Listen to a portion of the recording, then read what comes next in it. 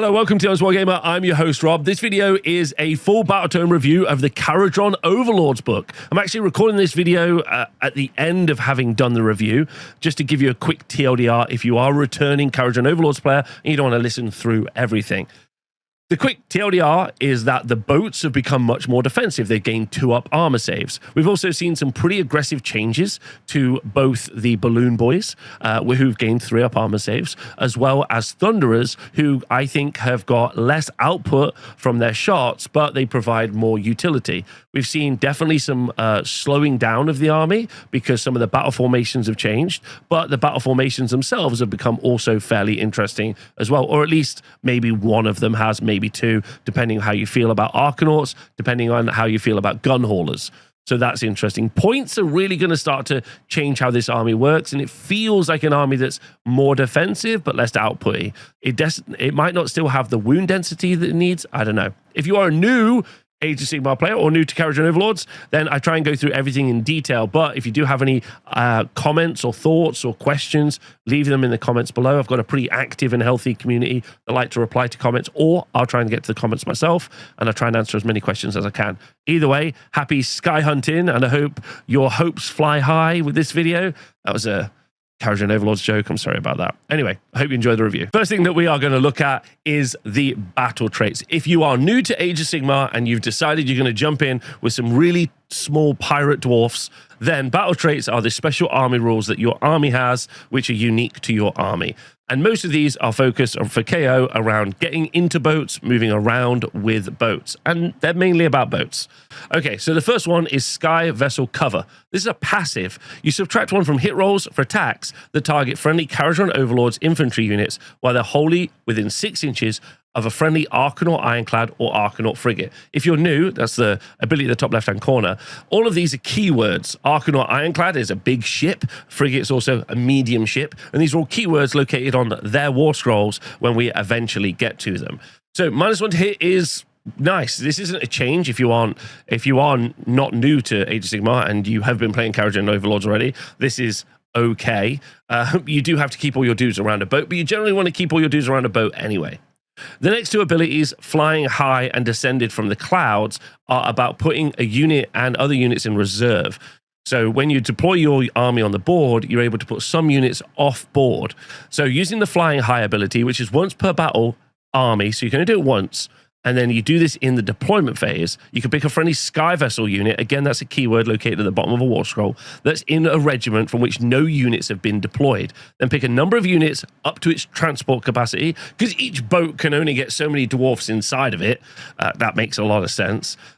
So you take that many units away with it, or that many models, and you set up all of those units in reserve in the clouds. They have now been deployed. So you'll just put some dudes in a boat, you put the boat to the side, and then using the Descend from the Clouds ability in your movement phase, you'll pick a friendly Sky Vessel unit that's in the clouds, which there should probably only be one, and then you set up that Sky Vessel anywhere on the battlefield, 9 inches from all enemy units, then set up all other units that were set up in the clouds with that Sky Vessel wholly within 6 inches of it and still more than 9 inches from the enemy.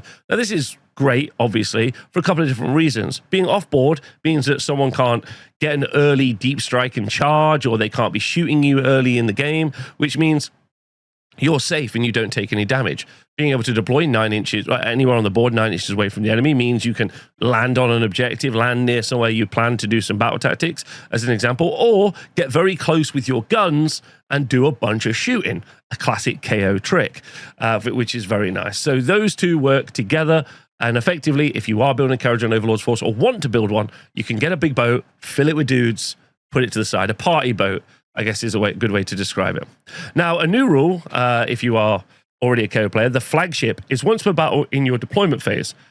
You pick a friendly Sky Vessel to be the target. That target can be in reserve. Normally, abilities in Age of Sigmar don't let you pick models that are in reserve to be the target of abilities. So this overrides that.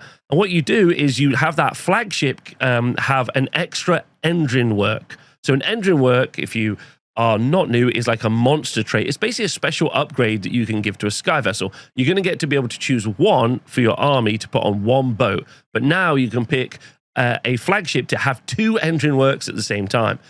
Oftentimes, when you're taking a big Ironclad, because it's about 25% of your army, you don't really tend to have tons of other boats. And obviously, because your big Ironclad is very effective and very strong, adding extra engine works onto it makes it more efficient for its points value. Obviously, you sometimes see double frigates. We've seen a lot of the new Scourger Garan little tugboats rocking around, which have been pretty popular. So you can have 2 engine works on 1 sky vessel. We love that. Okay, so pretty simple so far for your battle traits. Nothing that overly impacts your army massively, with, I guess, with the exception of being able to be -1 to hit as long as you're near a big boat. But it kind of means you got to take a lot of big boats. You probably want to anyway. And then you have this Transport Skyfarer's ability. So this has really defined the army for the first year of Age of Sigmar 4, but it's had a pretty significant change, which lots of KO players are pretty mad about, which I think is really fair, because KO have had a trick, and this was the trick. So this is a reaction. Your movement phase, you can make a reaction. You declared a non-charge move ability for a friendly sky vessel. And then you pick a number of units up to the sky vessel's transport capacity, see its war scroll, that are wholly within 6 inches of it and not in combat to be the targets. Units that have been transported this turn cannot be targets. And then you remove the targets from the battlefield after the sky vessel ends its move, and you must set up each target unit on the battlefield wholly within 6 inches of the sky vessel and not in combat.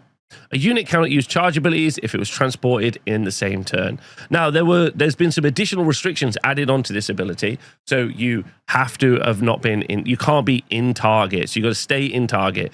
Sorry, you can't be in combat. So you have to stay in combat, which is a little bit disappointing. But this is a way of you moving around your little dwarfs with their tiny legs with your boats. This has become more restrictive over time, which, if you're a KO player, you're mad about. If you're not. If you've been playing against KO, you're maybe not as mad about. This is interesting because with the Khorne book coming out at the same time, and actually earlier instances of this, it does feel like Games Workshop, with at least their game design, are moving away from making it so that you can do a lot of out-of-phase sequence moves, at least to make it so that charges are harder or whatever. We've seen Murderlust go away for Khorne. That doesn't really matter, though, if you're a KO person, right? You can just move your dudes around. So those are your battle traits, and it's kind of interesting because really your battle traits are focused around being able to move stuff around the board. You don't gain any bonus stuff. When we go and look at the Khorne book in my next review, or if we look at some of the other books, you'll see that you instantly get some bonuses for your army. Cities of Sigmar have a bunch of orders. Cruel Boys have a bunch of dirty tricks. All of these are additional bonuses onto your units. You don't get that from Kharadron Overlords.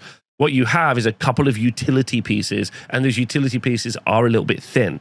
So I guess that's nice because you don't have to learn as much stuff, but also it can mean that you really need the war scrolls to do all of the work. Anyway, that's the battle traits. Let's go look at what else you get for free. Next up, if you're playing KO, you now get a free, although you are going to have to spend money on it, a free piece of terrain, the Zontari Endrin Dock. And as well as that, you're also going to get your auto Endrins that come with it. So the first thing to talk about is that your flying sky dock for your mobile army doesn't move anywhere. It hasn't got a move characteristic, which is a bit disappointing, but it does have 10 health and a 3-up save, so fairly survivable, which is nice. The way you set this up is in your deployment phase. You set up this unit and then set up all 3 of the auto engines. So the Nullifier auto engine, the Stun Cloud auto engine, and the Grudge bot. And then you set them all up on the battlefield within friendly territory, wholly within 6 inches of this terrain feature, and more than 9 inches from all enemy units. Okay, so if you're a KO player, you now have got this dude on the board, and you've also got 3 of your little things running around. We're going to find out what they do in a moment. Okay, next up, in your hero phase, you can use repair routines. Pick a friendly sky vessel within 3 inches of the terrain feature to be the target. Make a repair roll of D6 and add 1 to the roll if there's a friendly Engine Master with dirigible suit, Engine Master with engine harness within 3 inches of this terrain feature. And on 4-up, you'll heal 3, or 3-up if you've got those guys nearby. So you do have to be within 3 inches of the sky vessel, as Tom, resident KO of the Honest Wargamer in the chat, has said. Normally, Faction Train doesn't have its own combat range because it doesn't do any melee attacks. So saying it's within 3 inches is the same, though, as saying it's within combat range. But either way, you get to heal 3. As my friend Mark in the chat has pointed out quite nicely, Healing 3 on top of being able to do a rally roll onto something like an Ironclad, which is the biggest boat you can get, being able to get a lot of health back onto a model very quickly is maybe a little bit oppressive in the right situation. I would say you do have a movement consideration here. Once you deploy this, it's not going to move anywhere. So your boat, which is very mobile, the main threat of Kharadron Overlords is that your boat is very mobile. It's going to go in lots of places and do lots of things. Means that you're maybe unlikely to always be near it to be able to gain the heals. And even the heal itself is on a dice roll, and even the dice roll only has a pretty limited impact of heal 3. I don't know. I would have liked to have maybe seen a bigger spike on it. We'll have to see. So that's the repair routines. So you're going to be able to heal your sky vessels, and maybe you just put one of your sky vessels kind of near your piece of terrain, guarding an objective and just gunning stuff down. You'll have to see. Okay, and then we have the Engine Works Outpost, which is done in your hero phase. Pick a friendly auto engine that's been removed from the battlefield to be the target, and then make a manufacturing roll, which is very fun. I do like the idea that we'll be wearing some dungarees, a little bit of like a greasy towel, and then we lube up our dice and we roll it. Add one to the roll if there's a friendly Engine Master with dirigible suit or Engine Master with engine harness within 3 inches of it, and a 4-up or a 3-up if they're nearby. Then you can set up a replacement auto engine on the battlefield, wholly within 6 inches of terrain feature and more than 3 inches from all enemy units. Each friendly auto engine can be replaced multiple times. This is pretty exciting because it means that as long as your terrain feature isn't destroyed, you're going to be able to keep using these pieces of terrain to run around. One of them semi-auto explodes, so you're going to be able to like explode it, bring it back, and do this. This is only in your hero phase though, so you are going to have limited scope to make it happen, and also you do need to achieve a dice roll to make it work. But so far now, we know we get a piece of terrain and we get some little dudes running around. Let's go see what the little dudes do. So we've got our 3 auto engines, which don't forget, we deploy right at the beginning of the game, so we've got the opportunity to use them very early. Each one of them moves 12 inches, it's got a health of 5, and it's got a 4-up save. So the move 12 is actually really awesome because it means you're going to be able to start engaging with the enemy at the right time. All of the abilities that they have, or each individual one, because there's 3 different types, activate in the combat phase. In fact, they activate in any combat phase, which does mean every combat phase. But before we talk about what they do, we just need to go over the couple of rules for how the auto engines work. So the first thing, so it's a passive called the expendable munitions, and all of these units have a maximum control score of dash, so they can't help you holding the objective. When this unit is destroyed or removed from the battlefield, it won't count towards anything to do with the battle tactic, so get that out there. And just in case you ever thought about using them for a battle tactic, the 4th point is also ignore this unit for the purposes of friendly and enemy battle tactics. So basically, don't try to use them for battle tactics, they'll get you. And also, this unit cannot be picked to be the target of or be affected by any non-core abilities used by other friendly units unless this ability specifies auto engine. Effectively, what these are very similar to is manifestations and how they work, although they've really reworded it a bit because they don't have the manifestation keyword at the bottom. Instead, it just says war machine and fly, but that might become relevant later. Okay, so what have we got? We start the game with a terrain feature, and we've got these 3 little missiles that we can throw around the board. Pretty cool. We can also use them to stop deep strikes and maybe even create a pseudo screen that we can use to block our opponent from charging our fairly fragile army. There's a big weakness to Kharadron Overlords in that it's fairly wounds dense. It's fair to say, wounds light. It doesn't have a lot of wounds density. It's fair to say that if you were to absolutely skull a monster energy and play a game with Kharadron Overlords, you would be riding the lightning of a roller coaster where just a single couple of charges can wipe out your whole army. And I guess that's kind of fun. That's why Kharadron Overlord players love playing it. Okay, so what do the 3 different little machines do? So the first one is the Nullifier Auto Engine. And in the combat phase, like I said, or in every combat phase, if this unit is a Nullifier Auto Engine, each enemy manifestation in combat with it is the target. So charge a couple of manifestations, could be an interesting start. Make a banishment roll of 3d6. Normally you roll 2d6. And if the banishment roll equals or exceeds the banishment value on the manifestation's war scroll, it is banished or removed from play. Then remove this unit from the battlefield. Cool.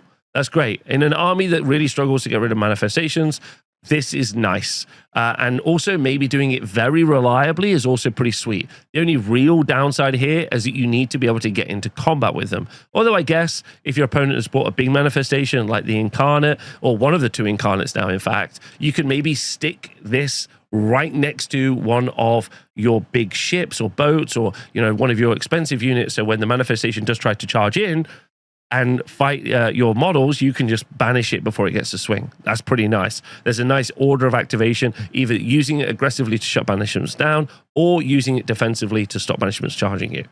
The next one, the Stun Cloud Auto Engine, again, is done. The ability for it is used in the combat phase, either combat phase. And if this unit is a Stun Cloud's Auto Engine, each enemy unit in combat with is the target. Roll a dice for each target. If the roll is equal to or lower than the target's health characteristic, subtract 10 from the control score of that target, and remove this unit from the battlefield. Now, obviously, on like 1 or 2 wound models, that's going to be tough to do. But on monsters, this is just going to auto proc, which means you can reduce their control score. Holding the primary is a major issue for Kharadron Overlords players. It's pretty tough, again, because they don't have very wounds dense or even large amounts of models that hold objectives, especially if you compare them to things like very wounds dense Iron Jaws or Nighthorn or Skaven as an example. So they really struggle with that. So making it so that a monster's not going to count for anything is pretty nice. However, then the Storm Cloud Auto Engine goes away, and you're going to need to try and bring that back later. If you want to be able to repeat that process. It only lasts, this debuff only lasts until the end of that turn. So if it happened for the rest of the battle round, that would be super nice. Maybe that would be too strong. We'll have to find out when we get it on the tabletop. The last of them, the Grudge Blast Auto Engine, I can see being the one that commonly is sent out, destroyed, and returned. Because if this unit is a Grudge Blast Auto Engine, each enemy unit in combat with it is the target. You roll a d3 for each target, and on a 2+, inflict an amount of mortal damage on the target equal to the roll. Then remove this unit. So 3-inch aura around a base is actually pretty massive. Don't forget, most heroes and characters generally float around or near units to provide some wholly within 12-inch buffs that do exist. So this means you normally will get at least 2 rolls out of this. Sometimes you might get 3 or 4 if you can put it in the right position, which is nice. Yes, it's a bad D3, so it's not always going to proc really well, but you can then return it in your turn, send it out again to do some more mortal damage. Ultimately, it's free. It's not free to buy, but it's free as a little bit of utility. So really, this is where you're finding your additional battle traits for your army. Now, are they as good as other armies' battle traits? You'll have to let me know in the comments below. Let me know what you think. But it does add anti-magic into your army, control score value into your army, and also doing some damage into your army. It's not terrible, and I'd love to know what you think. Let me know. Next up, on your army list, you're going to pick one of 4 different battle formations when you're designing your Kharadron Overlords force. And your battle formations are meant to be the theme of your army and give you some additional bonuses if you decide to do that. So you've got 4 different ones that are really going to expand out how you can play. I am using that semi-sarcastically. Okay, the first one, Pioneers and Scavengers, gives you the passive Gritty Fortune Hunters, which is friendly Von Grimm Harpoon, those are the new units, and Von Grimm Salvagers, also the new unit, have a 6-up ward save while they're contesting an objective. So this is a unit of, I can't remember how many models it is right now. I think it's 5. They've got 2 health each with a 4-up save and now a 6-up ward save. 6-up ward saves are quite good, but they tend to be better when you start moving into things like 40 health, like you might see on 20 Chaos Warriors, you might see on some Skaven, because you just have more wounds, especially when you more wounds to roll the wards on, and also when you also add in recursion, it can actually become pretty oppressive on things. We've seen this in the past on things like zombies as an example. However, on a limited amount of wounds and a limited amount of bodies, this maybe isn't quite the amount I need to be able to hold on. But if you are very excited about running them, then you can make them more defensive, which is kind of cool. Okay, the next one is my favorite. The Rapid Redeployment Squadron gives you the extra Rappel Anchors, which is a passive. I've definitely said that wrong. Repel.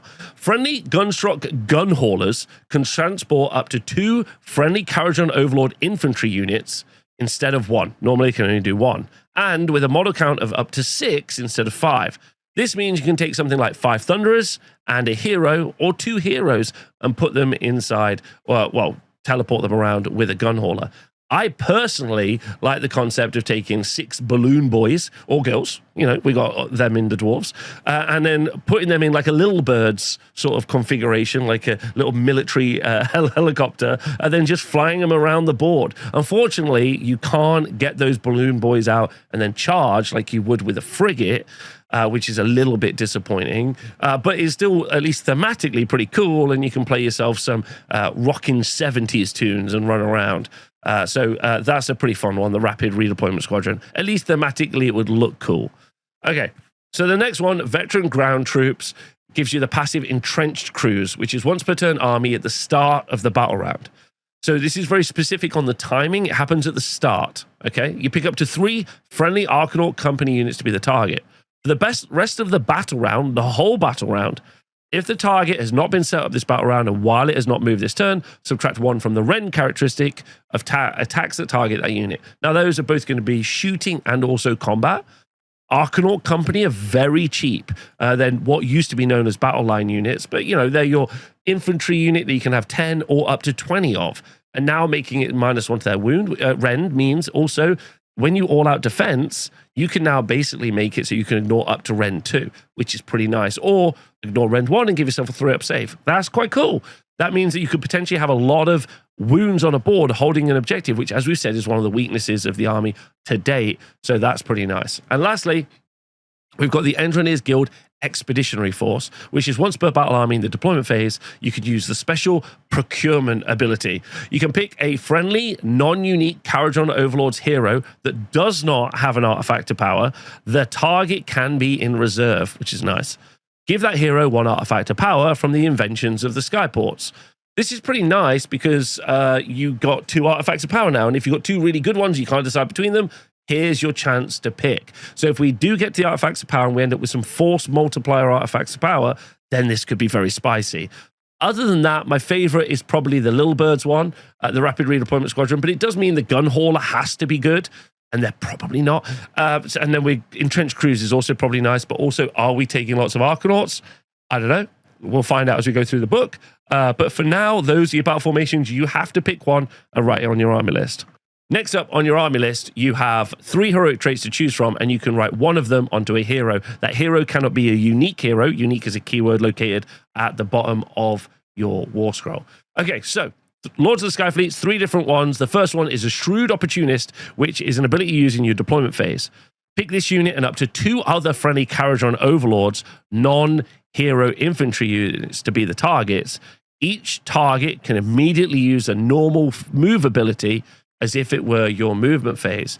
So this is quite interesting to maybe get stuff onto objectives early, if that's what you're aiming to do. Move some of your slower units that aren't going to go in boats up the board. If you are less drops than your opponent, you're going to get the choice to go first. So you could potentially move some stuff up in the deployment phase, and then you can do another move and make some long bomb early charges, which is pretty spicy. So there's a lot of opportunity there, probably the one you'll pick, mainly because it's the best of the 3. The next one is Boulder's Brass, which is a passive, and you add 5 to this unit's control score. Kharadron Overlords have got a pretty unique character loadout in that they have incredibly fast, semi-survivable characters, which could genuinely like rip around the board and grab objectives on their own. Now, objective play in Age of Sigmar, this GHB at least, is pretty interesting that you really only have to own a couple, and the game is very much centered around Doom lozenges fighting over a few. However, this gives you the utility to go grab other objectives, which I think is nice, or even maybe start to do some of those cheeky battle tactics like Scouting Force as an example. So that could be more interesting than it looks. And then you've got the Combat Grafter, which is once per battle only, sad. Any combat phase, you can use this this unit can use 2 fight abilities this phase after the first is used. However, this unit has strike last for the rest of the phase. So this does mean that you can run what is affectionately known as the Chadmiral. So just a big admiral fighting twice. He is going to have to survive, and unfortunately, this is on a hero. I mean, if this was on a Bloodthirster, that'd be great. But it's on a smaller hero than your big monster heroes, and it's also not on something that scales insanely like Chosen that you see with Slaves to Darkness. But ultimately, you've got 3 to choose from. One where you can just build yourself a big combat monster, and another one where you can really force multiply your early game momentum. All of those are interesting. Let's go look at the artifacts. So the artifacts of power, if you're writing your army list, one of your heroes that's not unique can take an artifact of power. And if you were taking the battle formation that we looked at earlier, the Endrinir's Guild Expeditionary Force, you could potentially take 2 Inventions of the Skyport, which is pretty exciting because 2 of them are amazing.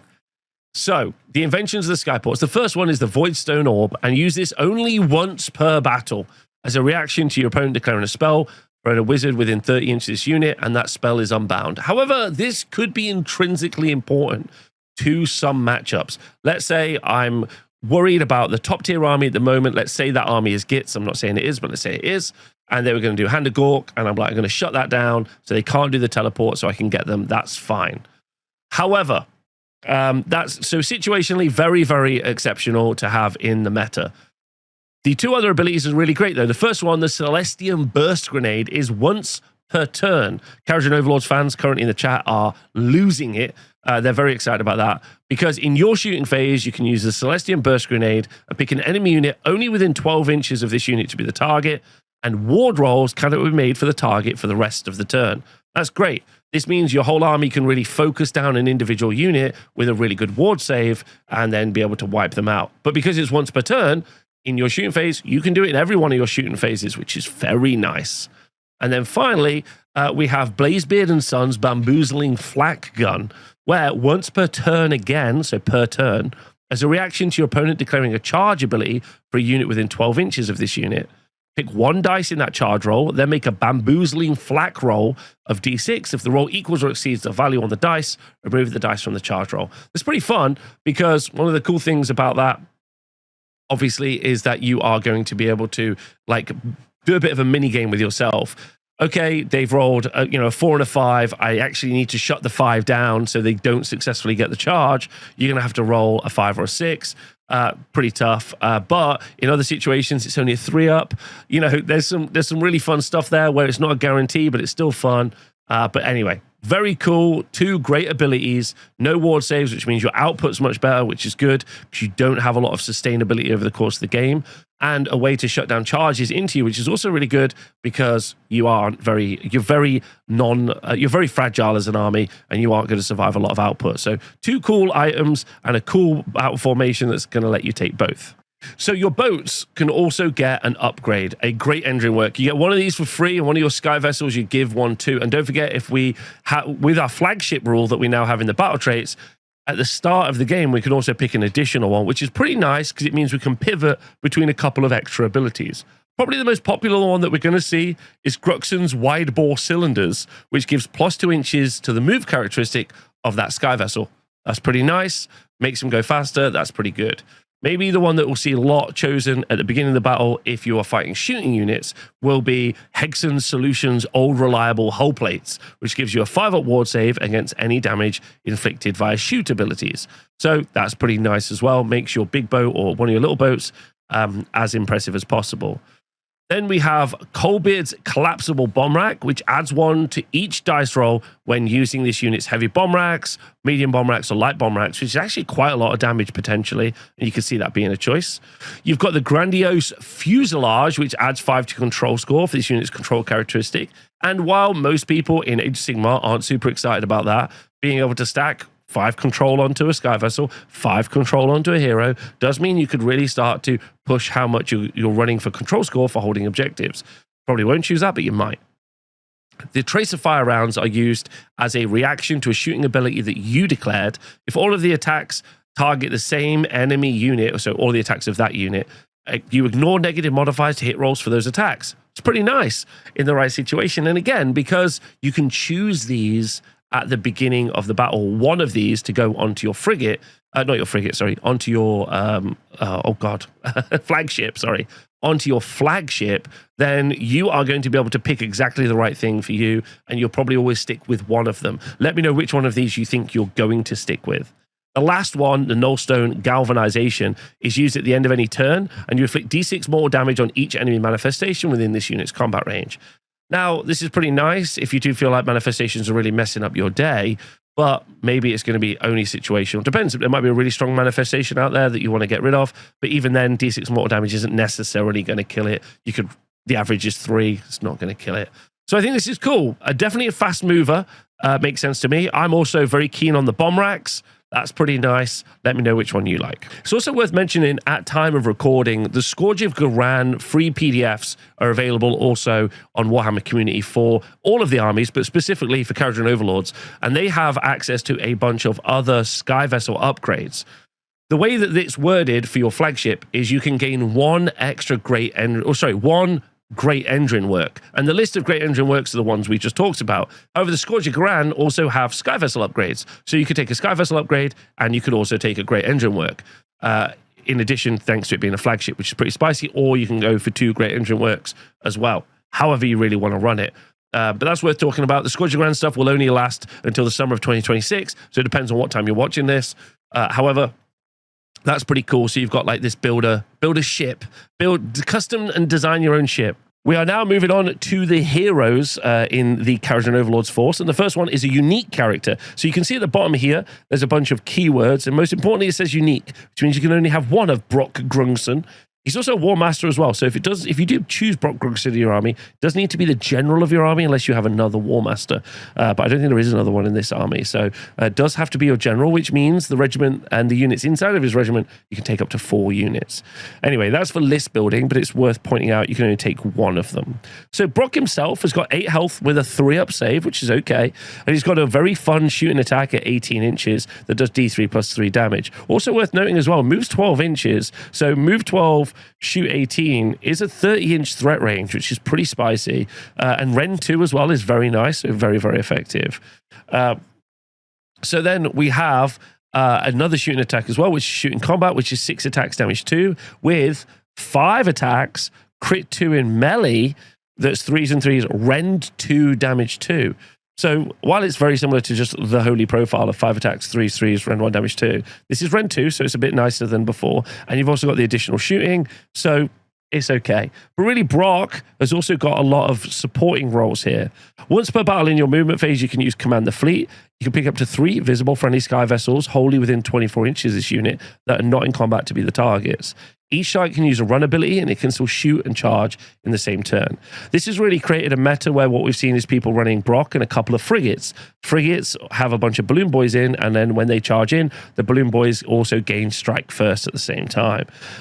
Maybe we'll also be able to take the new units. We'll find out in a bit. But with a fast move on sky vessels and also a run and then a charge, you can get very far into the enemy territory, or very far with 2 different units and do really well.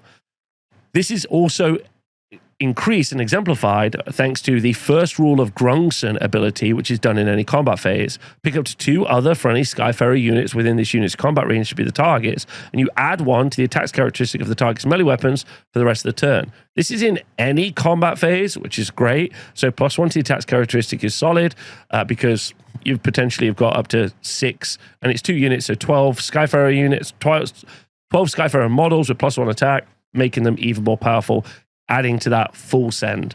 And then you have the mustache-mounted Aether Blaster, where you pick, which is end of any turn, you pick an enemy unit in combat, roll D3 on a 2+, you inflict that amount of mortal damage as well. So Brock is just a straight-up force multiplier for your army, which really increases the tempo and the pressure that you can apply early with combat KO. Our next hero is the Argonaut Admiral. The Argonaut Admiral is not a unique character, so you can take multiples of the Admiral if you want. As a stat line, 6 health, 3-up save, but only moves 4 inches, so definitely someone who wants to go in a boat, which makes sense. He's an Admiral, right? He's got a little shooting attack, which is 3 attacks at damage 2, and his Scalp Hammer is actually pretty decent, 4 attacks, damage 3, and don't forget, we can potentially, if we want, take a trait so that this guy can fight twice. 8 attacks, damage 3? Now you're talking. The Admiral is not a War Master, it's worth pointing out, so you don't have to compete with Brock or have to be your general. Now, again, it does feel like the Admiral is a force multiplier specifically for a sky vessel and probably specifically for a big Ironclad. Once per turn in your shooting phase, you can use the ability, the Admiral's Flagship, and you pick a friendly flagship unit wholly within 12 inches, and for the rest of the phase, Each time the target uses a shoot ability, you can re-roll one of the hit rolls made for that ability. Now, on the big cannon on an Ironclad, which you normally only have 2 shots, you now are going to get to re-roll one of them. And thanks to the other ability, which is once per turn in your shooting phase, bring every gun to bear, which is only a few guns. You can pick a friendly sky vessel wholly within 24 inches, of this unit. For the rest of the turn, you add 1 to the attacks characteristic of the target's ranged weapons. So now that big gun can be +1 to the characteristic of the target's ranged weapon, +1 to the big gun and all of the other guns as well. So it's all the ranged weapons on that big boat, and then you can re-roll one of them. So that's pretty nice as a force multiplier for your big boat. I think they're going to go hand in hand if you end up with that. Whereas Brock, on the other hand, feels like he's very much more orientated to going with the frigates and making them charge and be more effective. Next up, we have a unique character from the stories, Dreky Flint. It's got a 6 health, 3 up save, and his 4-inch move. He's a really famous admiral. Now, he's got 2d6 shooting attacks at 10 inches that's damage 2, which is actually really cool. And then he's got 4 attacks, damage 3, that's anti-monster +1 rend with his melee weapon. Now, the main thing that he does is he creates a named ship after the stories that he's in. In the deployment phase, you can pick an Argonaut frigate, and that can gain the Aisling keyword, and that unit also has +1 to the damage characteristic of the boarding weapons that you have. As we said, being able to get frigates into combat early is really good, and he's got the passive She Can Handle It, where you can re-roll run rolls and charge rolls for the Aisling while it's holding than 12 inches. So obviously there's a great combination with Brock in being able to run and charge, re-roll the run, re-roll the charge, so the Aisling's going in, and you also get to shout out, She Can Handle It really loud in the gaming club, which might get you a couple of looks. In addition, he's got an ability called Auxiliary Skyhook in any combat phase, where you pick an enemy monster in combat that's unit to be the target, roll a d3 on a 2+, you can inflict an amount more damage on the target equal to the roll, and you subtract 1 from wound rolls made for the target's attacks for the rest of the turn. Pretty good. If you're going into a monster heavy meta, reduce down its effectiveness in hitting you, although you really hope you would be, you don't want them to be really hitting you at all, truthfully, if you're a Kharadron Overlords player. But ultimately, this guy combos really well with Brock. Also, you can build your thematic Aisling ship of your dreams, so Dreky is fun. Our next hero is the new Null Chemist. Null Chemist has got 8 health and a 3 up save, which is a nice, good profile, especially if he ends up around like the 120 mark. That's a pretty survivable amount. Moves 12 inches as well, so can keep up with either your frigates or can, independently activate. It's got a weird shooting attack that's only 8 inches, but because you move 12 inches, pretty good. That's 3d6 shots, hits on 2s, wounds on 4s. Now, that's the sad part. Rend 1 and damage 1, and it shoots in combat. But we're going to find out in a moment that becomes damage 2 against wizards, priests, and manifestations, I think. And then he's also got some prospecting clamps, some cheeky clamps, which is 4 attacks, damage 2. But again, it hits on a 3 and wins on a 4, which is a really tragic profile for like a dwarven hero. So I'm going to call yikes on that. However, he's got 2 abilities. The first one, as I said, thanks to the Null suit, you double the damage characteristic of this unit's attacks that target a priest, wizard, or manifestation. And this does mean the shooting and the combat attack. So you can have 3d6 damage 2 attacks and 4 damage 4 attacks. However, you do wound on 4s, and I think that's the real issue here. Which I think most people would be a little bit disappointed about. Would have been cool if that had been 3s. But you could give him fight twice. That's absolutely correct if you wanted to, thanks to the heroic trait. So if you wanted to cry even more, you could have 8 attacks, damage 4 against a wizard. Take that, Archeon. That's what I say. He probably doesn't survive against Archeon, but we'll see. And then he's also got a passive called Protection of the Void. While they're wholly within 12 inches of this unit, friendly Skyfarer units have a 5-up ward save against mortal damage inflicted by spell, prayer, abilities, and manifestations. Now, this is one of those abilities that's really good if you're going into, even into just a narrative campaign with your friends, and one of your friends is running Tzeentch, and another one of your friends is running, Seraphon as an example. And then you could be like, cool, I'm going to definitely take this guy and going to try and do as much anti-magic as possible. Also kind of good if the meta ever evolves to the point where we think a lot of spell damage is the main issue and for the armies that are doing really well, and then you get the ability to have a 5-up ward save. And then also, obviously, be really good into wizards with the output. Well, again, the wounded on 4s will kind of ignore. And And by ignore, I'm really ignoring it. So there's definitely some scope to potentially playing him in the right setting. I just think initially it's not enough immediately for you to want to take him, but it's a cool model. It's fun to see. Let me know if you've got some other combos in the comments. Next up, we got the Codright. Codright, very cheap currently, 80 points. We'll find out what all the new points are when they're released, and when they do release new points, I will be doing a tier list video, so do join me for that in the future. Anyway, the Codright has got 5 health, 3 up save, moves 4 inches. He's not good at shooting or fighting, and that's not why he's there. He's really there as a force multiplier, thanks to his ability Advisory Role, which is once per turn for the army in your hero phase. You pick up to 3 visible friendly Skyfarer units to be the targets. So it's in your hero phase, 3 visible targets, and that means they can be anywhere on the board, which is pretty nice. You roll a dice for each target, and on a 3+, pick one of the following effects to apply to that target for the rest of the turn. So it's not until the start of your next turn, and instead, so this is kind of like your version of a priest, I guess, only with like slightly less utility. Anyway, the first bonus that you could give to one of the 3 units is add 5 to the target's control score. That's pretty nice, truthfully, if you're trying to contest an objective and you do have limited control score because you have limited models on the board. Then also, don't argue with the wind. You add 1 to run rolls and charge rolls for the target. Again, if you're really trying to make sure you pop a charge off, then that's useful. But it's only +1, so it's a 3 up for +1 is a bit yikesy. And then there's no trade-in with some people. The target can use a retreat ability and still use shoot abilities later in the turn. In addition, no mortal damage is inflicted by retreat abilities. Now, this does feel like the best one, but again, you don't really tend to have units that have a large health pool that are stuck in ongoing combats that you need to retreat in order to shoot. Because if they're in a combat that they're struggling with, they're probably dead, truth be told. And also, this is all done in your hero phase. Now, I'm not saying that that's bad, but it's a situational ability that you use sometimes, and in a turn in which you need it, you might not get it because it's a 3+. If he remains incredibly cheap, it might be useful to just fill out a regiment so that you potentially can have more regiments than your opponent and re-roll a priority roll. But other than that, let me know what you think about the Codright. Not feeling the Codright at the moment. An Endmaster with Endrin Harness is your next hero. 6 health with a 3 up save and only moves 4 inches. He's got 3 attacks, damage 3, but they do unfortunately hit on 4s. Although I'm not mad at Ren 2. But I wouldn't have mind seeing crit mortals or something on this, to be honest. Anyway, this is a support character for your Sky Vessels.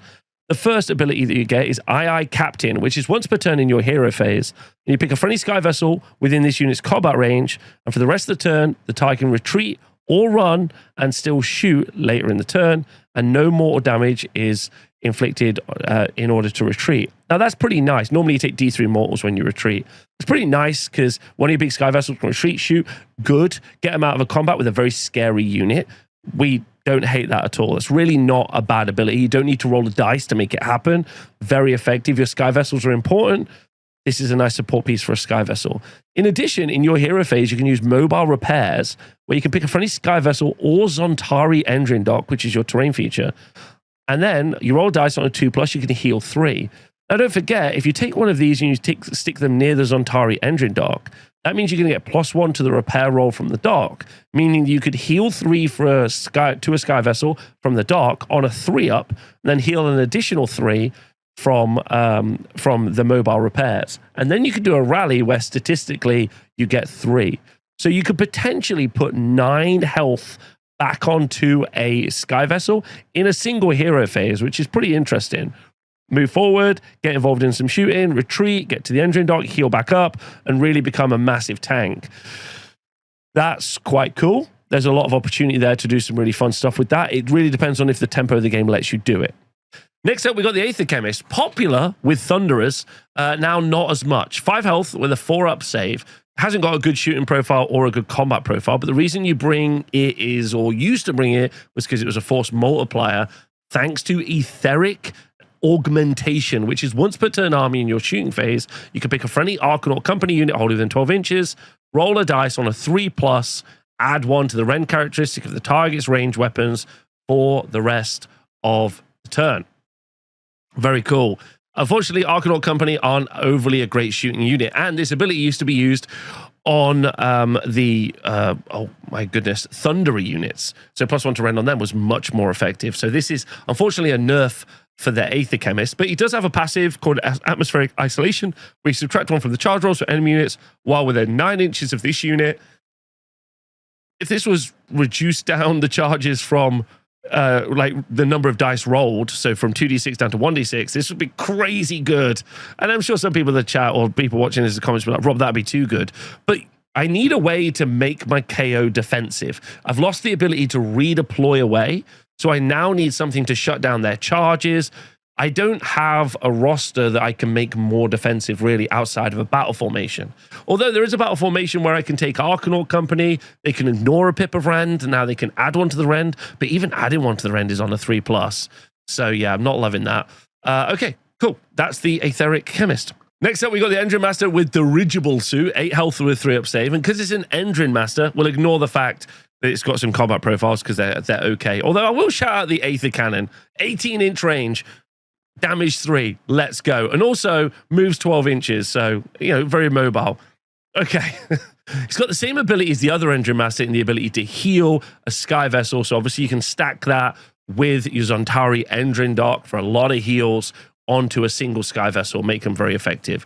Now, the reason that you would take this guy, maybe, is because of the Combat Engineer's ability. Once per turn army in any combat phase, you pick this unit and up to 1 friendly unit of engine riggers wholly within 12 inches to be the target. For the rest of the turn, combat attacks made by the target, so by this unit and the engine riggers, gain crit 2 hits. But they only gain crit 2 hits against enemy units that have charged. This is a little bit disappointing. I guess maybe the idea with this, because you are very mobile with KO, the idea is that you countercharge with this unit. You put out a unit of maybe your big Ironclad, maybe a frigate that your opponent charges, and then you countercharge with this unit, and then you're going to gain the crit 2 hits. But unfortunately, your engine riggers are not super survivable.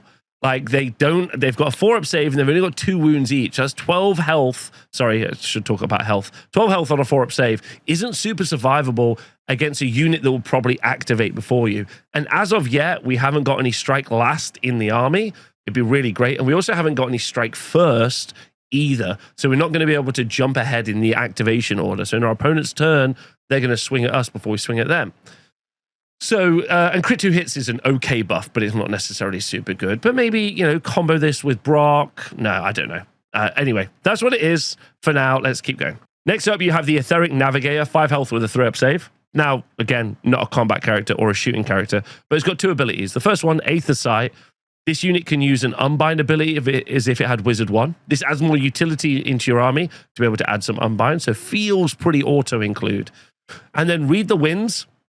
Once per turn army in your movement phase, you can pick a friendly Sky Vessel or Auto Endrin within this unit's combat range, and that is not in combat to be the target. Remove the target from the battlefield and set it up again on the battlefield more than 9 inches from all enemy units. Then, if the target is a Sky Vessel, you can remove this unit from the battlefield and set up again right next to it, wholly within 6 inches of the target and more than 9 inches from enemy units. So you get a teleport, which is a pretty bit of interesting utility I don't think you were necessarily expecting. Now, what's really interesting is you now get a teleport that's accessible to a damaged Sky Vessel, potentially, to drop it back to your immobile repair platform, which is nice. You don't need to roll a dice, which is very rare, it seems, in this book. So that's nice as well. And you get a Wizard Unbind. So as long as this guy is like 80 to 100 points, I feel that's good. I feel that's good. He can also teleport the auto engines as well. And seeing as you can't move the auto engines on the turn in which you return them from the dead, because you cannot move a unit after it's been set up, this gives you utility to maybe move them around the board and give you like a 9-inch charge, you know, teleport them 9 inches away from the enemy, get an auto charge in. That's interesting as well. So yeah, there's some real options there with this guy. Probably this is the first character that I've said, okay, well, that's just the first character you're always writing a list because of the utility. So moving on from characters, we're getting into the big units, and there's nothing bigger than the big botle that is the Argonaut Ironclad. Now, very excitingly, it's got 18 health with a 2 up save. And it has got a change to its weapon profile as well, which we were not expecting. It moves 10 inches, control value 5. Don't forget, you can take a boat upgrade or a boatifact, that I like to call them, and give it plus 2 inches to its move. Now, in the damage profile, it's got an 18-inch gun and a 24-inch gun, both of which have got 6 attacks. But, you know, at the same time as me, say a big oof, because it hits on 4s. Hits on 4s. Now, the Aether Shock Torpedoes wound on 3s. They're only rend 1. And the Great Sky Ordnance gun, which is whatever gun you decide to put on it, is 4, hits on a 4, wounds on a 2, rend 2, damage 3. So it's half the damage, used to be D3 plus 3, but is twice the shots. Now, don't forget, you can re-roll one of these if you decide to go for that particular upgrade earlier on, potentially. And you can also have +1 to the attacks, so you could maybe go up to 7 attacks if you really wanted to go that way with an Admiral. Yes, okay, so let's look at the abilities. You've got the transport capacity of up to 22 models, which you can spread across 3 different units. You do have the ability to use your heavy bomb racks, where you pick an enemy unit that does not have a fly, and that this unit passed across this turn. You roll 10 dice, and for each 4+, you inflict a mortal, and you can take a boatifact to make that be 3s, which is a lot. That's a lot. And then once per turn in any combat phase, you can use incoming, where you pick an enemy unit that charges turn and is in combat, roll a dice, roll a 2+, and inflict an amount of mortal damage on the target equal to the roll. Okay, so you can potentially do some mortals there as well. I'm really hoping this ends up being a lot cheaper. Its survivability is obviously increased with a 2-up save, and also you have lots of healing thanks to your new terrain feature, as well as the Endrin masters as well, and rally, so potentially this thing could close to never die. I guess the real question we need to ask ourselves, though, is does it really have the output for it to be worth taking? Is its job to transport stuff around, and the design aesthetic or the design philosophy around this is that they make it cheaper, so you can definitely have one on the board, definitely transport around, but its personal impact in the game isn't quite as high. Which I think maybe is a sensible choice. We'll have to see. If it ends up being around the 300-point mark, you're like, okay, cool. It really is a transport that does, as opposed to being a very aggressive gunboat. Because I think the gunboat element of it is very hard to point. We'll have to see how that translates when we do see the points. I think people are going to be very bothered about this profile. I'm going to be interested to know what you think in the comments. Let me know. Anyway, let's look at the next one. Next up, we have the Assault Frigate, or the Argonaut Frigate, I guess. So it's also gained a 2-up armor save, slightly less health, 15 to 14, but a 14 health 2-up armor save combat monster. Now, definitely, as a shooting profile, it's almost as good as a Cities of Sigmar cannon. 24-inch range, shoots 4, has 4 attacks, hits on 4s, wins on 2s, rend 2, damage 3. Yikes. But moves 10 inches. It used to move 12 inches, and then you used to be able to get an additional 2 inches. So it's much slower than it previously was. Okay, it's got the medium bomb racks, which is like the big bomb racks on the Ironclad. You roll 6 dice for each, for a unit that you've moved across. And then on 4-ups, you inflict 1 mortal. And of course, you can get +1 to this from one of the Great Endrin works. It's also got the same incoming ability, where once per turn in any combat phase, pick an enemy unit that charges turn, roll a dice on a 2+, inflict an amount of mortal damage on the target equal to the roll. Fine. A bunch of mortals. That's great. When you get charged, which is nice. And maybe that kind of like answers the question I had earlier, like how do I really resolve the fact that enemy units are charging me? How do I get strike first or give them strike last? I guess the idea is when they charge you, you take some mortals. Maybe it's not enough. We'll have to see. Then you got the transport capacity of this unit of up to 2 units with up to 12 models in it. So you can have 12 bubble boys. Can't bring a hero with them, which is a little bit disappointing.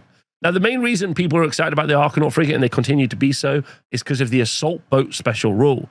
This unit cannot use this ability if it is in combat or has used a run or retreat ability this turn. You can use a run and charge ability. I know that says that there. This Assault Boat ability replaces the charge ability. They rewrite them when they redo abilities sometimes. So you can still run and charge is what I'm saying. Pick a number of, if you have things like Brock who give you run and charge. So you can't just automatically run and charge. You need an ability to give you run and charge. Pick a number of units up to its transport capacity that are wholly within 12 inches of it and are not in combat and that have not charged its turn to be the targets. They make a charge roll of 2d6. Easy peasy. Remove the targets from the battlefield, then this unit will be moved up to the distance of the value. So it's basically just a charge roll. You got to end up within half an inch of an enemy unit and still visible to them. Then set up your units that you brought with you wholly within combat range.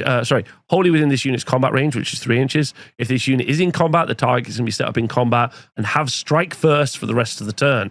This unit and the targets have charged. What you can see about this is that this isn't once per turn army. So if I do have 2 assault boats full of balloon boys, I can send them all in. Everyone gets strike first. That's really good. Everything can hit before my opponent. Now we're getting the way. Now we're getting our way of getting strike first, getting to hit before we get hit back on our very fragile units. One of the main problems, I guess, is that maybe the speed of the army has reduced down a little bit. We haven't got plus 2 inch movement on the frigate. We don't gain another plus 2 inch movement that we used to get from a battle formation. So we're a little less effective. But still, a load of bubble boys in a frigate, send them forward. That's still fun. Next up, we've got the Gunstruck Gunhauler. So it's got 10 health, and now it's got a 2-up armor save. Great. It moves 14 inches. This is great for what we call an alpha pin. Throw a model forward, pin a unit in. Can it clear it? No. Won't get onto an objective. Can't get battle tactics. Just an annoying little dude. When it's got a profile like that, 10 health and a 2-up save, very decent. But in addition to this, it's also got a shooting attack, which is 3 shots, damage 3, although the issue, of course, is that you hit on 4s. Definitely not a combat unit, of course.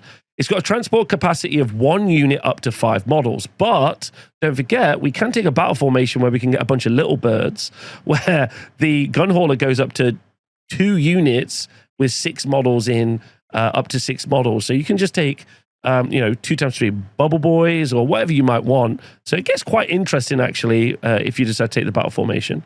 Also, thanks to the passive long line slings, when you use the Transport Skyfarer's ability, which is your ability to move some models, you can pick units that are in combat. So this gives you another opportunity to do something which you can't do with the other 2 boats. You've got the ability to do some mortals thanks to the light bomb racks, but this time you're only rolling 4 dice and on mortals on 4s.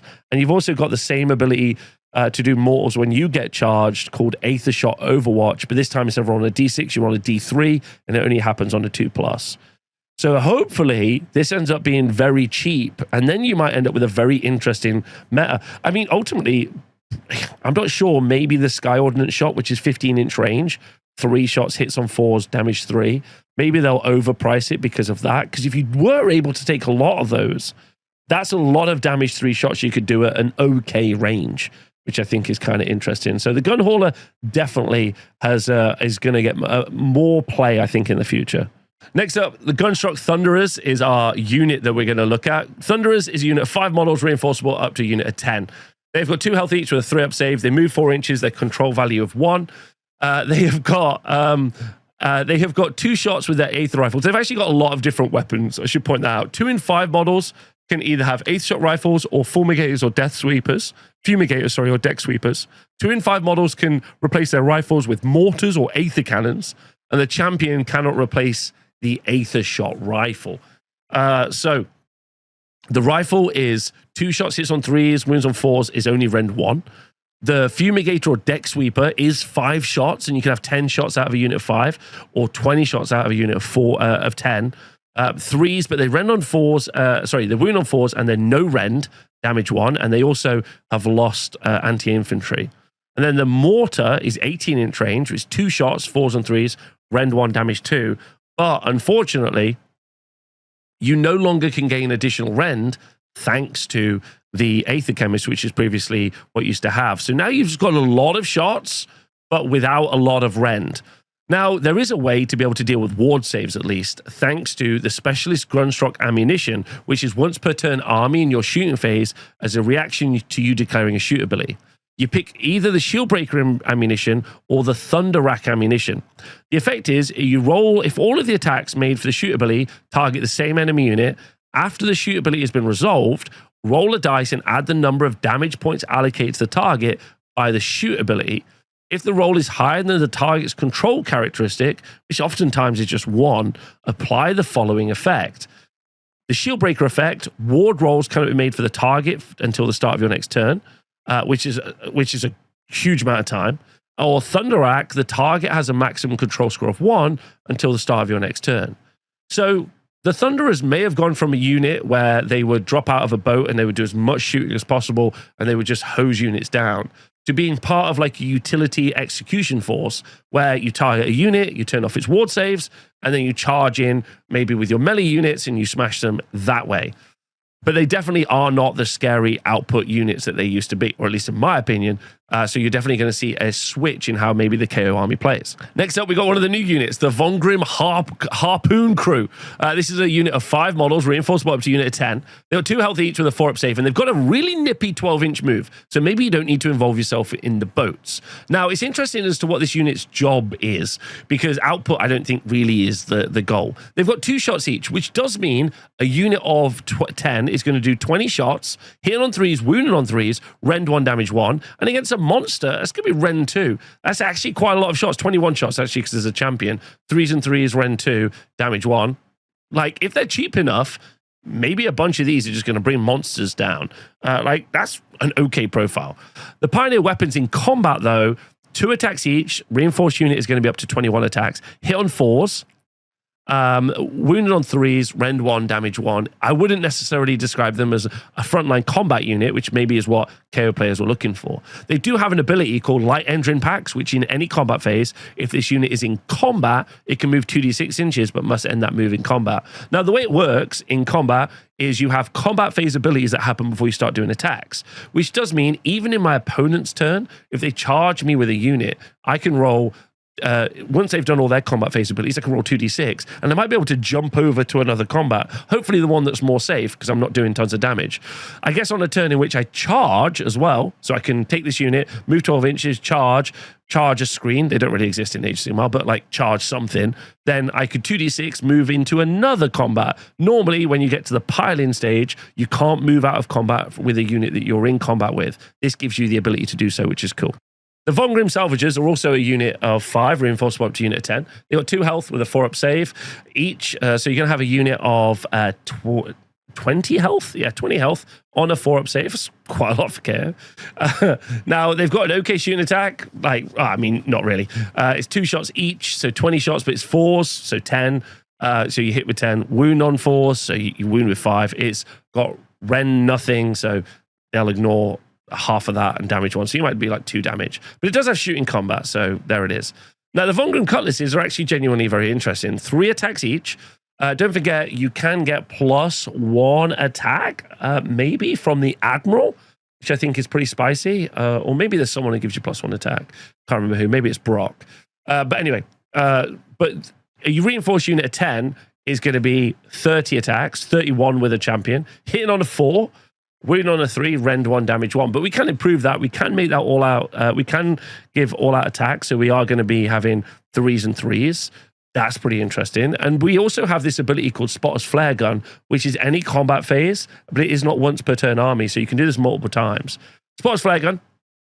Pick an objective with 9 inches of the student to be the target. Roll a dice. On a 3+, apply the following effects for the rest of the turn. Add 1 to hit rolls for combat attacks by friendly Skyfarer units, the target unit that is contesting a target objective, and then add 1 to the rend characteristic of melee weapons used by Von Grimm Salvagers and Von Grimm Harpoon Crew, the target unit that's contesting an objective as well. I think what's interesting about this ability, and also maybe even the Thunderer's ability, is it feels like they want you to take a small or like reinforced unit of multiple different units. So now the Spotter's Flare Gun means by Skyfarers are going to get +1 to hit on an objective. And I could have turned off ward saves thanks to my Thunderers. And now the Von Grimm Cutlasses with Brock is potentially 41 attacks, hitting on 3s, wound on 3s, rend 2, damage 1. There's a lot of stacking stuff there to maybe like punch through on an objective, which is kind of interesting. These, I definitely prefer the Salvagers over the Harpoon Crew, although I definitely can see the argument for the Harpoon Crew nipping around and doing stuff. Well, they nip around and they move around because of their ability, but I don't think they do anything when they get there. So maybe it's like a sum of all the parts. So we'll piece this puzzle together at the end. Next up, we have the Argonaut Company. Argonaut Company's 10 models reinforced up to a unit of 20. They have an interesting loadout in that 2 in 10 models can replace their pistols with heavy weapons. So you can either have 2 or 4 in a reinforced unit. And then 1 in 10 models can have their sky pike, like their weapon replaced with a sky pike, which means you can have up to 2. And the sky pike in combat's pretty decent, where you've got 2 attacks, so that's going to be 4 attacks, and they're damage 2 or damage 3 on the charge is pretty good. Now, the heavy weapon is 15-inch range. This is a missile weapon. It's got 2 shots each. They hit on 4s, unfortunately, but they're damage 2. But that does mean you're going to have 8 shots with a full reinforced unit, which is pretty nice, especially if they're cheap enough. 8 shots damage 2, but they still hit on 4s. Now, what's really fun is the other than that, they obviously are 4s and 4s, no rend damage 1 for both their shooting attacks and hand weapons. But reinforced, that's a lot of stuff, right? Reinforced is a unit of 20. That's 40 shooting attacks. That's 40 combat attacks. Or is that 40? Yes, 40. That's a lot. But unfortunately, I don't think it does loads. But thanks to the Grizzled Buccaneers ability, which is once per turn army, you can, in any combat phase, you can pick an enemy unit that charges turn and is in combat with this unit to be the target. You roll a dice on a 3+. This unit can immediately use a shoot ability as if it were your shooting phase, but all of its attacks must target the charging unit. And for the rest of the phase, this unit's privateer heavy weapons have shooting combat. So you can just really chip a unit down, which is interesting because you can have the company shoot a unit that charge you. Then you can have your boats that get charged do mortal damage. So you can constantly, if you want to, improve these. Also, if you do decide to bring the Aether Chemist with you, you can, thanks to Sedge in the chat, you can also improve the rend characteristic of these weapons as well. That makes these start to be very interesting, especially if they end up cheap and you end up with a lot of them. That could be very, very fun. This is your way of getting bodies on the board. It's not necessarily a way of getting a lot of health on the board, but it's there. They're pretty slow and they move 4, and you struggle to put these in your bigger boats. But it really depends on what the points are going to look like. We might be seeing a seismic shift in how they really want you to play. Maybe Ironclads are cheaper, and they really want you to be able to take 20 Argonauts and drop them on objectives. That's the goal. Maybe that's the idea. So we'll see if that ends up being the case, but that's the Argonaut company. Next up, we've got Sky Wardens. This is a unit of 3 models, reinforceable up to unit of 6. They've got 3 health and 2 up save, and they move 12 inches like their Endrin Rigger brothers. Move 12 inches. The 3 up save is nice. That's decent. But even a reinforced unit is going to be 12 health on a 3 up save. I wouldn't necessarily describe that as super defensive. So they're very fragile. So what you're looking for is, this is your most typical glass cannon. You hope, although there is some survivability there for sure. It's not super easy to get rid of 12 health on the 3 up save. Absolutely not. Now, they've got a very complex profile in what you can and can't build in as both either shooting units, like with the heavy weapon that's only hits on a 4 and does D3 damage, or the Aethermac volley guns with crit 2 hits, but it's 2d6 shots. But then it's 4s and 4s, it has no rend, and it's only damage 1. So when we go down to look at the Sky Pike, which is your heavy weapon, your weapon that you can have. So this is 2 attacks each, 3s and 3s, rend 1 damage 2 with damage 2, with +1 damage on the charge. So you can get a lot of damage for this unit that charged in. And don't forget, we can put 6 of these or 12 of these if we want inside of a frigate, charge it in, and all of it gets strikes first. That's a lot. They're also -1 to be hit next to the frigate as well. That's a great shout. That's your battle trait. That's really positive as well. And at the end of any turn, they have time charges, where you pick an enemy unit in combat, this unit be the target, roll a dice on a D3 on a 2+, inflict an amount of mortal damage on the target equal to the roll, and this unit can immediately use the retreat ability as if it were your movement phase without any mortal damage being done. So this is kind of perfect, right? Charge in, fight, maybe strike first with everything in the assault boat, and then move away and give yourself a bit of space. Endrin Riggers are the same in that they are a unit of 3 reinforceable to 6 with the same health, defense, and move, and they move fast as well. Don't necessarily have to put them in a boat. The Aethermac sword that they have is 3 attacks each, so you can have a lot of attacks, 9 attacks potentially, going up to 18 attacks, 20 with a champion. But they do hit on 4s, they wound on 3s, they rend 1, damage 2. They do have anti-charge +1 rend.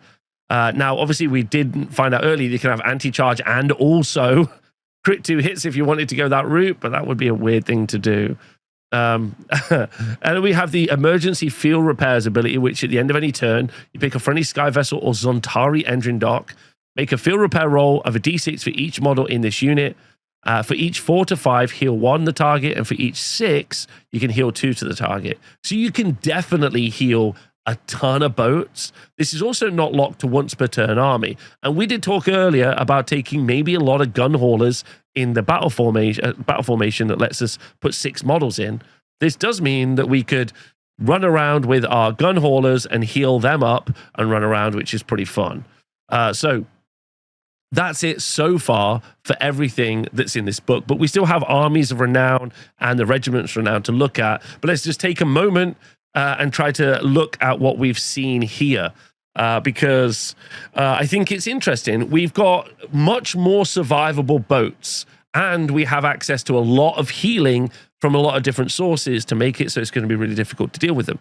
We've got some utility pieces that give us more mobility around the board, as well as our free new little machine boat things that come out from our porta potty that do stuff for us, which also gives us maybe more utility and stops some deep strikes as well.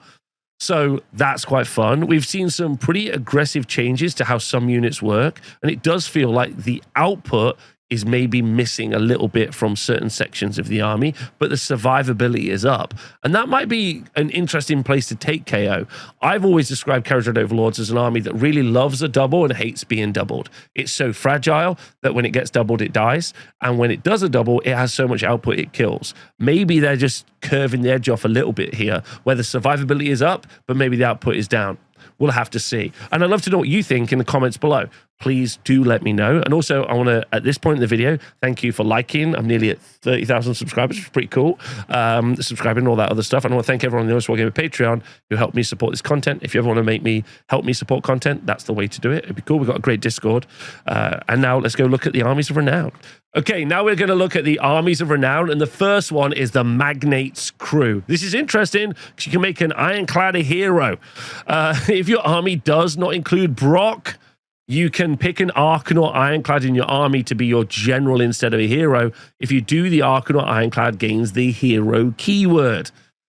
Okay, now if you don't know what Armies of Renown are, just importantly, for some reason you've listened to an hour and 10 minutes of me talking, Armies of Renown are like special, like sub-armies. So you've got Kharadron Overlords, the army, and then you can have Kharadron Overlords, the Army of Renown, the Magnate's Crew. You lose access to all of the battle traits that you previously had, and you would lose access to like spell laws and other stuff, but you don't have those as KO. And instead, you get a limited roster of what you can take and a bunch of special level stuff. So the roster options are Brock, an Endmaster with dirigible suit, a Null Chemist, an Ironclad frigate, Gunhauler, so all the boats, the Von Grimm salvagers and harpoon crews, Skywardens, and engine riggers. You can't have Argonaut Company and a bunch of other heroes. You cannot include Regiments of Renown or your faction terrain. So you also lose your faction terrain as well. They've done this with all of the Armies of Renown, and it feels like a really weird thing. Like, why build an Army of Renown, then just take that away? I've always thought was odd. Anyway, so the first battle trait is Loyalty to the Magnate. That's passive, while a friendly Brock Grungson is wholly within the combat range of another friendly Magnate Crew infantry. Both those units have a 5-up ward save. Now, this is great. I love a 5-up ward save on your very elite, very heavily, very wounds-light army, like low-density army. So that's great. Next up, once per battle in your deployment phase, you can use Pay Your Debts. Pick an enemy unit on the battlefield or in reserve to be indebted. Add 1 to wound rolls for combat attacks made by friendly Magnate Crew units that target the indebted unit. Now, the real problem with your army is that you have that you hit on 4s, but +1 to wound is still decent, and an enemy unit can be the thing that you get. Okay, once per battle in your army in your movement phase, you can use bold moves. Pick in any number of friendly Magnate's Crew infantry units that are in combat to be the target. Make an emergency launch roll of 3d6 for each target. Each target can move a distance up to the value of its emergency launch roll. It can move through the combat ranges of enemy units, but cannot end that move in combat with an enemy unit who's not in combat with. The target cannot use charge abilities for the rest of the turn. Okay. So you get an ability in your movement phase to move out of range of the enemy. Not necessarily to do anything, but it gets you out of dodge. Okay. And then once per battle in your movement phase, you can use cutting edge engine packs. Pick up to D3 friendly Magnate Crew infantry that are wholly within 9 inches of a sky vessel. Double the target's move characteristic for the rest of the turn. Very exciting. So you can move 24 inches with D3 different dudes. Love that. 24 inches with D3 different units once per turn. That's crazy. That's so good. All right, I love that. That's very fast. You can go very fast. Now, looking at the battle traits continued, you got the so these are the more battle traits that you've got. So you got the Invictine Line Hull, which is once per battle army in the enemy hero phase. You can pick a friendly Magnate's Crew Sky Vessel to be the target, roll a D3. For the rest of the turn, subtract X from the Rend characteristic of attacks that target the Sky Vessel, where X is equal to the roll. What's pretty exciting about this is you are going to be able to have your 2-up save ignore a massive amount of Rend. That's nutty. It's only once per battle, but you can basically completely neuter the attacks of an enemy unit. That feels really nice. And then once per turn in your shooting phase, you can use Constant Barrage. You can pick an enemy unit that had an enemy damage points allocated to it this phase by a crew that attacks to be the target. A crew's attacks that were the target. Until the start of your next turn, each time the target ends a move within 10 inches of any friendly Magnate crew, roll a D3 on a 2+, inflict an amount of mortal damage on the target equal to the roll. Okay, a bunch of extra mortal damage you could potentially do in your shooting phase. This is a real scattershot of abilities. The ability to really make one of your frigates survivable for a turn. The ability to move a ton of units around the board very, very fast. The ability to do some mortals. It's an interesting series of battle traits, as well as your infantry gaining a 5-up ward save. The ability to run around and get +1 to wound as well. So you get a lot of extra utility. You just give up being able to do the Sky Vessel stuff. I don't really think you're losing a lot there, to be honest. So that's pretty nice. Let's look at the heroic traits. The first one, the Master of Discipline. Each time a friendly Magnate's Crew infantry unit holding than 12, if this unit uses redeploy command, you can reroll the dice. That's not bad. Being able to reroll and get as far away from it possible is very nice for your army. Flanking Fire is a passive where you add 1 to hit rolls for shooting attacks made by friendly Magnate Crew Sky Vessels that target an enemy unit in combat with this unit. Okay, get one of your characters in combat and then everyone in your army gets +1 to hit. That's great. You really do need that. So actually, Flanking Fire is pretty fun, but do you have a character that can survive in combat? That's the real question. And then the Artifacts of Power. Oh yes, your hero, your Ironclad can be a hero. Oh, wow. Okay. Now we've got something really interesting. So we're going to make our Ironclad the hero, and we're going to give them Flanking Fire. That means what's going to happen is the enemy's going to charge us, and we are going to reduce their Rend by up to D3 on our Ironclad on a 2-up save, and we're going to all-out defense to make it very special. So we're going to ignore up to Rend 4. Then we're locked in combat, and then all of the rest of our Sky Vessels are going to shoot into that combat. Pretty nice. Okay. Love that. Okay. But the Ironclad itself cannot shoot into combat. No, you need to bring the Ironclad and more Sky Vessels. But maybe you can just bring a bunch of the Scourge-Garan little pooter shooters, whatever they're called, them fellas. That would be pretty good. And then finally, you got the Artifact of Power. You got 2 of them. Aerodynamism. If this unit moves this turn, subtract 1 from hit rolls for attacks that target this unit for the rest of the turn. Again, put that on your Ironclad, -1 to hit. And then guns for all occasions at the end of your turn. Pick an enemy unit in combat this unit, inflict D3 mortal damage on the target as well. Again, could be your hero. It could be your big Ironclad that you could have. Okay. So you're going to give up having the 5-up ward save on your infantry because you can't have Brock and an Ironclad hero. But you can build an Ironclad hero that can tank a lot of damage and give you some additional output. You can have a very survivable, very annoying giant boat that is -1 to hit and reduces all the Rend once per battle. Is very spicy. That's interesting for sure. Let me know what you think of the Magnate's Crew. Very cool. Very, very fun.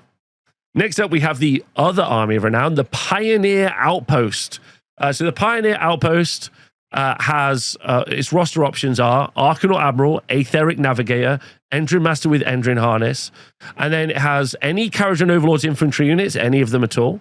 a gunshot gunhauler, and you cannot include any regiments renowned, but you can include your terrain piece. Okay, let's look at the battle traits. So the initial investment, each friendly auto engine can move 2d6, but cannot move that move in combat once per turn army in any hero phase. So that does mean that if you are able to return one from the dead, you're going to be able to move it 2d6 inches when you set it up. That's nice, makes it a little bit faster. Love that, that's cool. Next up, we have settling accounts, which is once per turn at the end of any turn.